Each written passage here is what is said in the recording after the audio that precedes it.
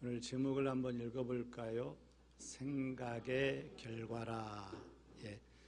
주보를 보시면 그 주일 예배 주보를 보시면 그 마지막 평화의 인사, 살아계신 주, 아무 문제를 못 느끼지요. 그런데 나영호 장로님하고 우리 이상고 장로님은 느끼시지 않을까. 그 중앙이 안 맞았어요. 제가 이렇게 눈에 계속 띄어가지고 중앙 좀 맞추라겠는데 이번도 안 맞췄어요. 성가대에 딱 맞았잖아요.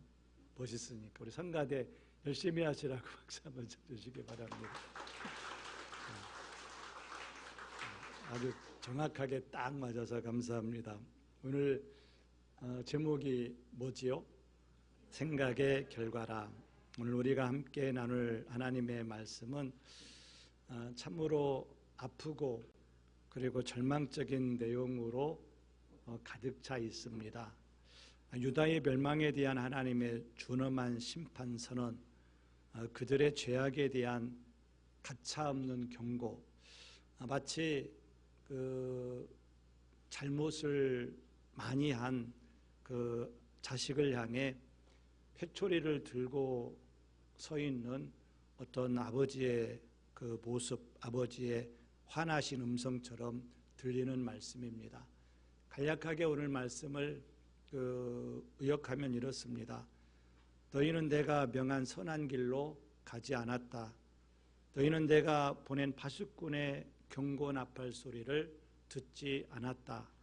그러므로 이제 너희가 마땅히 당할 일을 보아라. 내가 너희에게 무서운 재앙을 내릴 것이다. 이것이 바로 너희의 그릇된 생각의 결과다. 이제 너희가 아무리 값비싼 향품과 재물을 들고 와 제사를 드려도 나는 결코 받지 않을 것이다. 너희 앞길에는 거대한 장애물이 놓여 너희 모두가 걸려 넘어질 것이며 결국에는 함께 멸망할 것이다. 아무런 소망을 발견할 수 없는 그런 절망적인 책망의 말씀입니다. 얼마나 두려운 말씀입니까? 이 말씀을 우리가 문자 그대로만 대한다면 우리들 마음은 한없이 위축되고 하나님은 진노하시고 심판하신 분으로만 우리가 그렇게 느낄 수도 있습니다. 그러나 사랑하는 성도 여러분, 우리는 이 말씀의 이면에 숨겨진 하나님의 본심을 우리가 헤아릴 수 있어야 합니다. 하나님께서 예레미야 선지자의 입을 통해 이토록 아픈 말씀을 하셔야만 했던 그 애끓는 심정을 우리가 눈치채야 됩니다. 배를 든 부모의 눈에 흐르는 그 눈물을 우리가 볼 수 있어야 합니다. 하나님이 진정으로 원하셨던 것은 유다의 고통이 아니었습니다. 유다의 멸망이 아니었습니다. 그들이 돌이켜 회개함으로 참된 평강을 얻고 하나님의 복을 받고 잘되는 것이었습니다. 오늘 이 시간 이 심판의 메시지 너머에 있는 하나님의 사랑의 음성을 저와 여러분들이 듣고 우리의 삶을 비추어 보며 생명의 길로 발걸음을 분명하게 옮기는 그 은혜가 저와 여러분과 함께 하시기를 주님의 이름으로 축복합니다. 첫째는 하나님께서 우리에게 선한 길로 가라고 아주 간곡하게 말씀을 하십니다. 16절을 읽는데 노란색까지만 읽겠습니다. 시작. 여호와께서 이와 같이 말씀하시되 너희는 길에 서서 보며 옛적 길 곧 선한 길이 어디인지 알아보고 그리로 가라. 그리로 가라. 그 길로 가라고 말씀하시지요. 하나님께서는 유다 백성에게 너희는 길에 서서 보라고 말씀하십니다. 이것은 인생의 갈림길에서 잠시 멈추어 서서 내가 지금 어느 방향으로 향하고 있는지, 어디로 가고 있는지, 어떤 길을 선택해야 하는지 신중하게 생각해 보라는 뜻입니다. 그리고 방향을 제시합니다. 그 유다 백성들이 가야 할 방향은 바로 옛적 길, 선한 길을 그리로 가라, 그렇게 말씀을 하시지요. 여기서 옛적 길이란 단순히 오래된 길, 그 시대의 전통을 의미하는 것이 아닙니다. 그것은 시간의 흐름 속에서도 변치 않는 진리의 길이요, 수많은 믿음의 선조들이 걸어가며 그 끝에서 생명과 평강과 하나님의 축복을 맛보았던, 하나님께 전심으로 순종하며 걸었던 그 길을 의미합니다. 이스라엘 역사를 보면 이 말씀의 의미가 더욱 선명해집니다. 이스라엘이 남과 북으로 분열되기 전 통일 왕국 시대 다윗이 통치하던 시절을 한번 기억해 보시기 바랍니다. 다윗은 한편으로는 허물 많은 그런 인간이었지요. 그렇지만 그의 중심에는 언제나 하나님을 향해 있었고, 넘어질 때마다 하나님 앞에 눈물로 회개했으며 하나님의 뜻에 순종하고자 그는 몸부림쳤습니다. 그때 하나님께서는 이스라엘에 전무후무한 태평성대를 허락해 주셨습니다. 나라는 부강했고 백성들은 하나님의 은혜 아래 참된 평강, 곧 샬롬을 누렸습니다. 바로 옛적 길, 그 선한 길을 걸은 그 결과였던 거지요. 이 옛적 길고 선한 길을 걸었던 히스기야 왕 시대에도 어김없이 이스라엘은 평강의 복이 임했습니다. 그는 왕이 되자마자 대대적인 종교개혁을 단행했습니다. 백성들의 마음을 하나님에게서 멀어지게 만들었던 산당들을 제거합니다. 우상의 주상과 그 아세라 묵상을 깨뜨려 버렸습니다. 심지어 과거 모세가 만들었던 놋뱀이 있잖아요. 그 놋뱀을 사람들이 지금까지 신성시하면서 그 놋뱀을 하나님처럼 어떤 신비한 능력이 있는 것처럼 그것을 바라보고 있었습니다. 그런데 그 과거 모세가 만들었던 그 놋뱀까지도 과감하게 히스기야가 부숴버립니다. 그의 마음에는 오직 하나님 한 분 외에는 다른 어떤 것도 차지할 수 없다. 그 놋뱀이라 할지라도 하나님의 그 자리를 요만큼이라도 차지하면 안 된다라고 하는 그런 그 마음이 그에게 있었던 겁니다. 그래서 열왕기하 18장 5절 7절에 보면은 그 히스기야에 대한 평가가 나오지요. 그 노란색 글씨만 보면은 여호와께 연합하여 그에게서 떠나지 아니하고 여호와께서 모세에게 명령하신 계명을 지켰더라. 여호와께서 그와 함께 하심에 그가 어디로 가든지 형통하였더라. 그 히스기야 왕에 대한 그 평가입니다. 여호와께 연합하였다. 그에게서 떠나지 아니하였다. 계명을 지켰더라. 이것이 선한 길의 핵심입니다. 옛적 길, 선한 길의 핵심이지요. 주님과 친밀하게 동행하며 그분의 말씀 안에 거하는 삶, 그럴 때 하나님께서 함께 하시고 어디로 가든지 형통하게 하시는 복을 누리게 됩니다. 이것이 바로 옛적 길고 선한 길을 가는 자에게 하나님께서 약속하신 평강이었습니다. 그런데 이토록 확실한 생명의 길, 축복의 길, 평강의 길 앞에서 그 길을 가라 하나님께서 명령하셨지요. 그 길을 가라고 명령하셨는데 유다 백성은 무엇이라고 대답을 했습니까? 16절 하반절에 보면은 그들의 대답이 뭐라겠어요? 그들의 대답이 우리는 그리로 가지 않겠노라. 옛적의 길, 곧 선한 길로 가라 하니까 이스라엘 백성들이 뭐라겠다고요? 우리는 그리로 가지 않겠노라. 사랑하는 성도 여러분, 그들은 왜 선한 길을 가면 평강을 얻으리라, 선한 길을 가면 복을 받으리라, 선한 길을 가면 하나님이 함께 하시리라 그렇게 말씀을 하셨는데, 왜 선한 길을 가면 그런 복을 얻으리라는 하나님의 말씀의 약속의 말씀을 눈앞에 두고도 왜 우리는 그리로 가지 않겠노라라고 거부했을까요? 왜 그랬을까요? 왜 그러냐면은 선한 길은 때로는 좁고 불편해 보이기 때문입니다. 선한 길은 내 욕심과 내 즐거움을 포기하는 길처럼 보이기 때문입니다. 또 선한 길보다는 세상이 넓고 화려한 길이 더 매력적으로 보이기 때문입니다.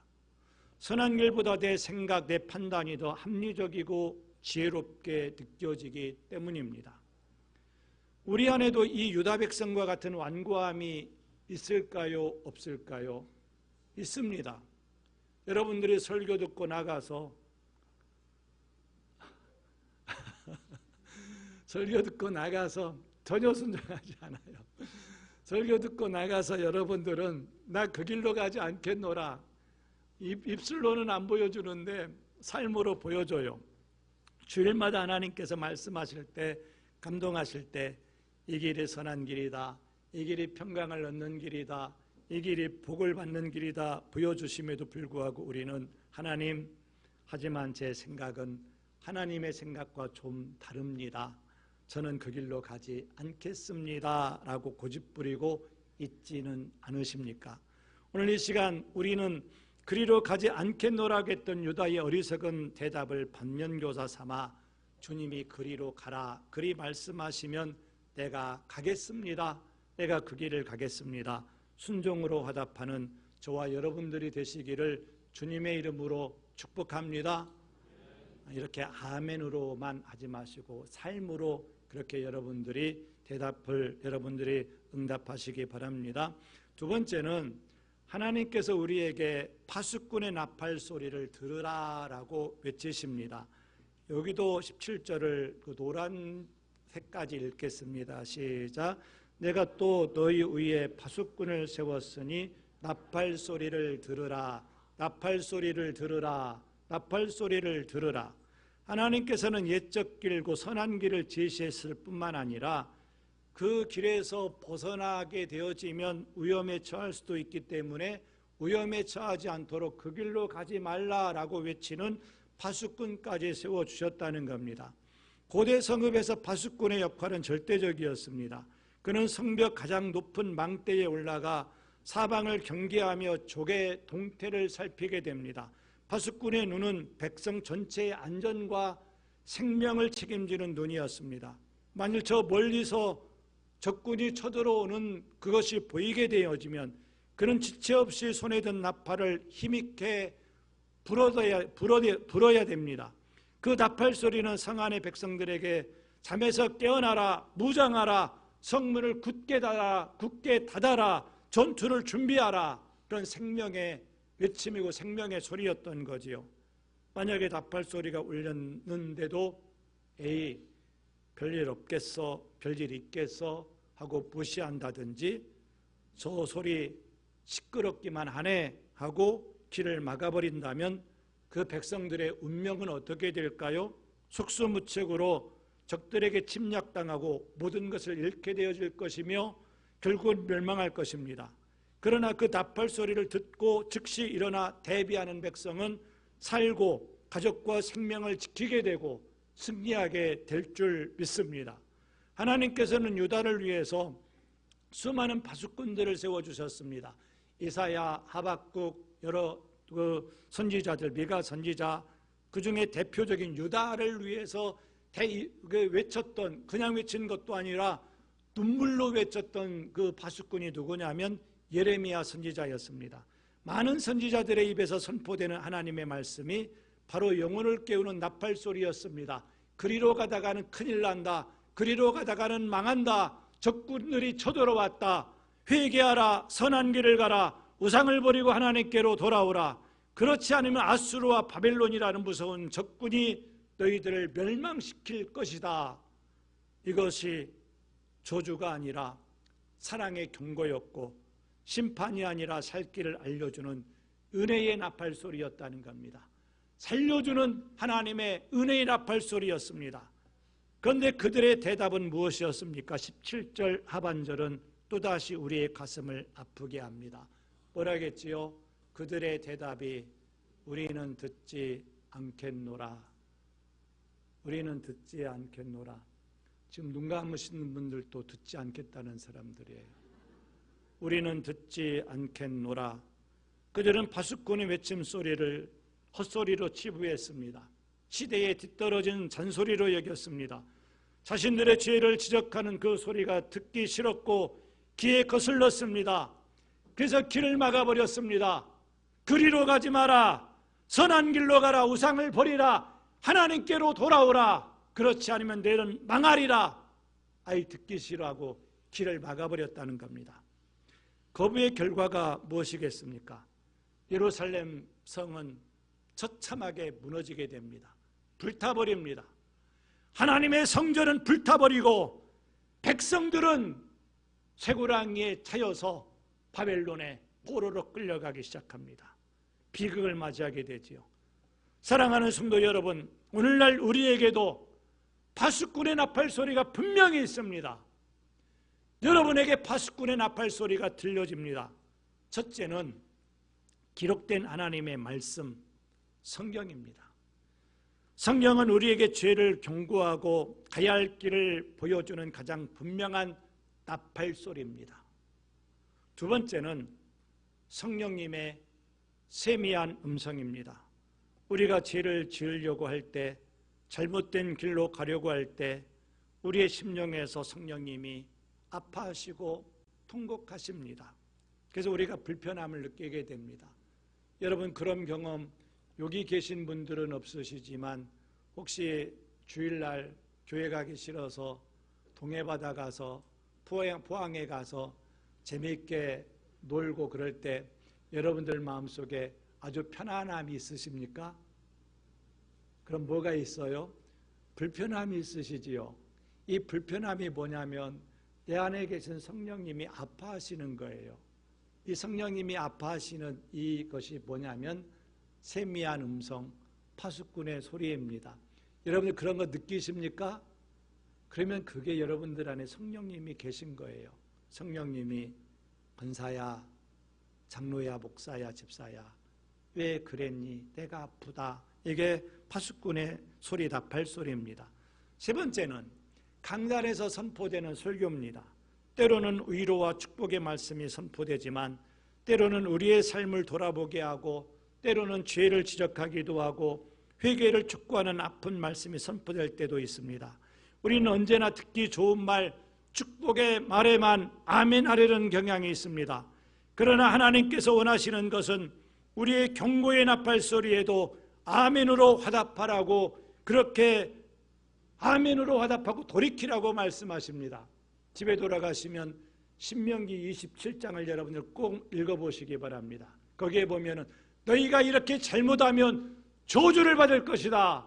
아멘해라. 그렇게 나와 있어요. 자녀들이 부모를 경홀히 여기는 자는 저주를 받을 것이다. 자녀들아 아멘하라. 이런 말씀이 나와 있어요. 한번 신명기 27장을 꼭 한번 여러분들 읽어보시기 바랍니다. 복을 받으라. 그 얘기만 아멘하는 것이 아니라 잘못된 길로 가면 저주받으라. 그럼 어떻게 해야 된다고요? 아멘해야 돼요. 그리고 그 길을 가지 말아야 된다는 겁니다. 여러분, 비록 내 마음에 찔림이 있고 듣기에 괴롭고 나의 자존심을 건드리는 말씀일지라도 그 말씀으로 아멘으로 반응할 때 우리는 말씀을, 나팔 소리를 듣는 자가 되는 거예요. 우리는 나팔 소리를 듣지 않겠노라가 아니라 나팔 소리를 듣는 자입니다. 나팔 소리를 듣는 자가 되는 것이고 그 사람은 생명의 길, 축복의 길로 걷게 되는 거지요. 세 번째, 하나님께서는 이 모든 비극의 근원이 생명의 결과라. 무슨 결과라고요? 이스라엘 민족들이 바벨론의 포로로 잡혀가고 예루살렘 성이 무너지고 성전이 불에 타버리고 이스라엘 백성들이 쇠고랑이에 차서 끌려가고, 이 모든 것들이 무슨 결과라고요? 생각의 결과라. 선한 길로 가라는 명령을 거부하고 파수꾼의 나팔 소리를 듣지 않겠다고 버틴 유다 백성들이, 그들이 맞이하게 될 운명이 무엇이었습니까?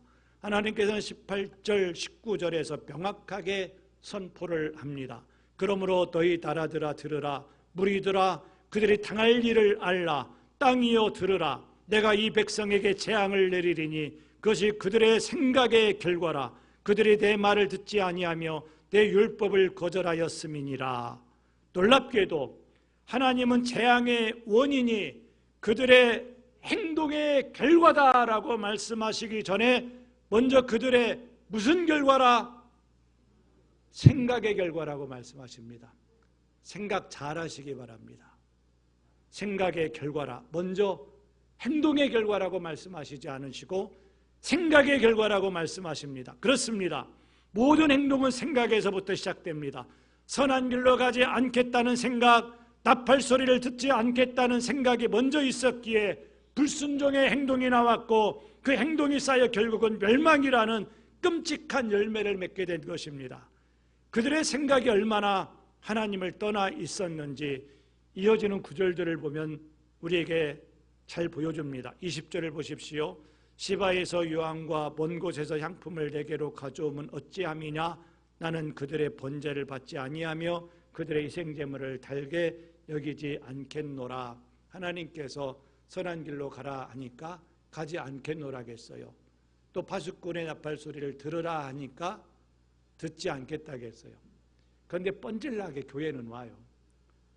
뻔질나게 교회에 와서 헌금도 하고 예배로 드리고 그러면 하나님께서 내 죄 용서해 주겠지, 내 죄 범죄, 내 죄를 사해 주겠지. 그럼 하나님이 받으신다고요? 안 기뻐하신다는 거예요. 그거 다 원치 않는다. 너에게 아무리 비싼 여기서 시바의 유향과 먼 곳의 향품은 대단한 거거든요. 그런데 선한 길로 가라. 나 안 간다. 나팔 소리를 들으라. 안 듣는다. 그래도 주일 되면 번질나게 교회로 와서 예배도 드리고 막 해요. 나 그거 원치 않는다. 그 얘기거든요. 넌 너희 번제를 받지 않겠다. 너희 희생제물을 달게 여기지 않겠다. 더 충격적인 것 21절 보십시오. 그러므로 여호와께서 이와 같이 말씀하시니라. 보라 내가 이 백성 앞에 장애물을 둔다. 장애물을 두겠다. 예배를 받지 않을 뿐만 아니라 백성 앞에 뭐를 둔다고요? 장애물을 두겠다. 아버지와 아들이 함께 거기에 걸려 넘어지며 이웃과 그의 친구가 함께 멸망하리라. 하나님을 거부하고 떠난 백성에게는 하나님께서 친히 그들 앞에 장애물을 두시겠다고 하십니다. 그 장애물에 아버지와 아들이 함께 걸려 넘어지고 이웃과 친구들이 함께 멸망할 것이라고 말씀합니다. 하나님을 떠난 인생이 얼마나 비참한지를 보여주는 두려운 말씀이지요. 선한 길로 가라. 가기 싫어요. 파수꾼의 소리를 들어라. 안 들을 거예요. 그 결과가 얼마나 비참한지를 우리에게 보여주는 겁니다. 사랑하는 성도 여러분, 우리는 이 경고의 말씀에서 절망이 아니라 희망을 발견할 줄 알아야 됩니다. 재앙이 하나님의 말씀을 거부하는 생각의 결과라면 그 반대의 생각은 우리에게 어떤 결과를 가져다 주겠습니까? 우리가 생각을 바꾸어 나는 하나님의 말씀을 듣겠다. 나는 저 옛적 길 선한 길로 행하겠다. 내 귀에 쓴 약처럼 들리는 경고의 나팔 소리를 할지라도 달게 듣겠다. 내 잘못된 길을 돌이키겠다. 이렇게 결단한다면 그 생각의 결과는 무엇이겠습니까? 평강입니다. 안전입니다. 축복입니다. 형통함입니다. 하늘의 놀라운 축복입니다. 인생의 무거운 짐에 눌려 힘드십니까? 문제 해결은 내 생각을 바꾸는 데서부터 시작됩니다. 내 생각의 중심에, 내 계획의 중심에 하나님의 말씀을 모셔드리는 겁니다. 나의 완고한 생각을 십자가에 못 박고 하나님의 생각으로 내 마음을 채우는 겁니다.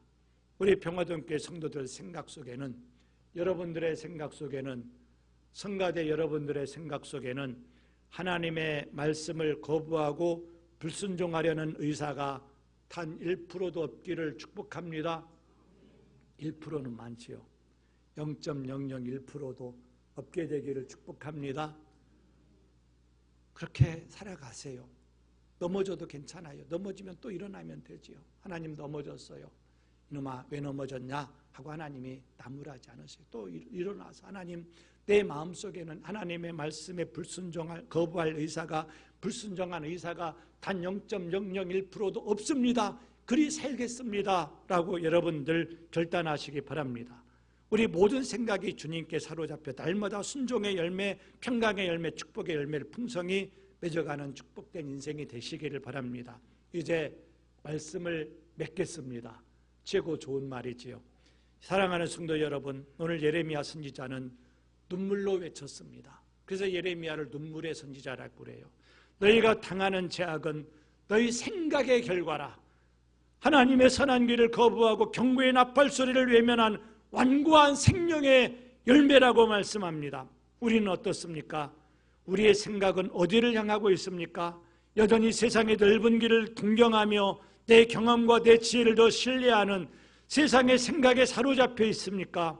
아니면 좀 더 협잡할지라도 그 끝에 영원한 생명과 평강이 있음을 믿고 기꺼이 하나님의 생각, 그분의 말씀에 순종하기로 결단하십니까?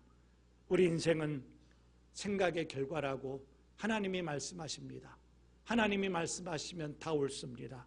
어떤 생각을 품고 사느냐에 따라 우리 말이 달라지고 행동이 달라지고 습관과 인격이 달라지고 마침내는 우리 운명이 달라지고 우리 영혼이 결정될 줄 믿습니다. 어쩌면 이 자리에 유다 백성들처럼 하나님의 경고 나팔 소리에도 불구하고 여전히 죄악의 길, 불순종의 길에서 돌이키지 못하고 있는 분이 혹 계실지도 모릅니다. 관계의 문제, 물질의 문제, 자녀의 문제, 건강의 문제 앞에서 넘어져 신음하며 하나님께서 내 앞에 장애물을 두신 것만 같아 원만과 낙심 속에 주저앉아 있는 분도 계실 수도 있습니다. 그러나 사랑하는 성도 여러분, 기억하십시오.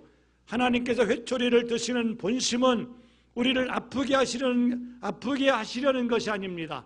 오히려 일으켜 세워 품에 안으시기 위함입니다. 경고의 나팔 소리를 부시는 이유는 우리가 멸망하는 것을 참아 볼 수 없으시기 때문입니다.